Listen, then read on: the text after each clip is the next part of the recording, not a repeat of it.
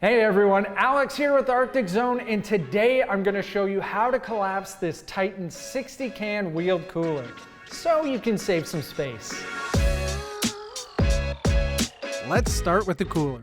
Once you're done using the cooler, be sure to empty out your remaining contents and wipe the lining clean before collapsing. First, we want to disconnect the cooler from the AT cart.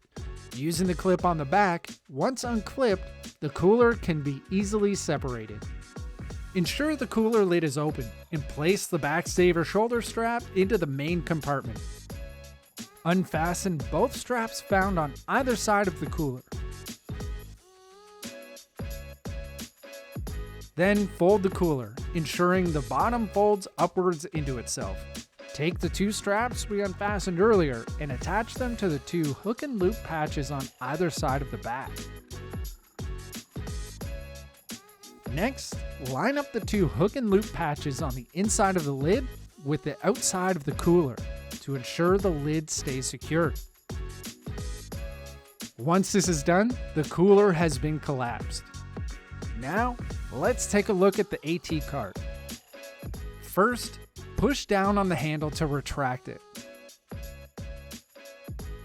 Next, fold the bottom platform into the base and press either side of the cart together. The cart's frame will slide into itself. Now that both items have been collapsed, you can reconnect the cooler to the cart if you'd like, using the clip on the back of the cooler.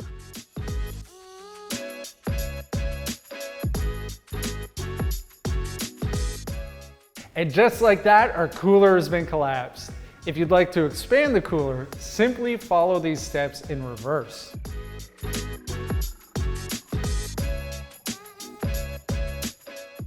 As a reminder, when your cooler is full, reattach it to the AT cart using the clip on the back to ensure that it stays secure and that it won't fall off.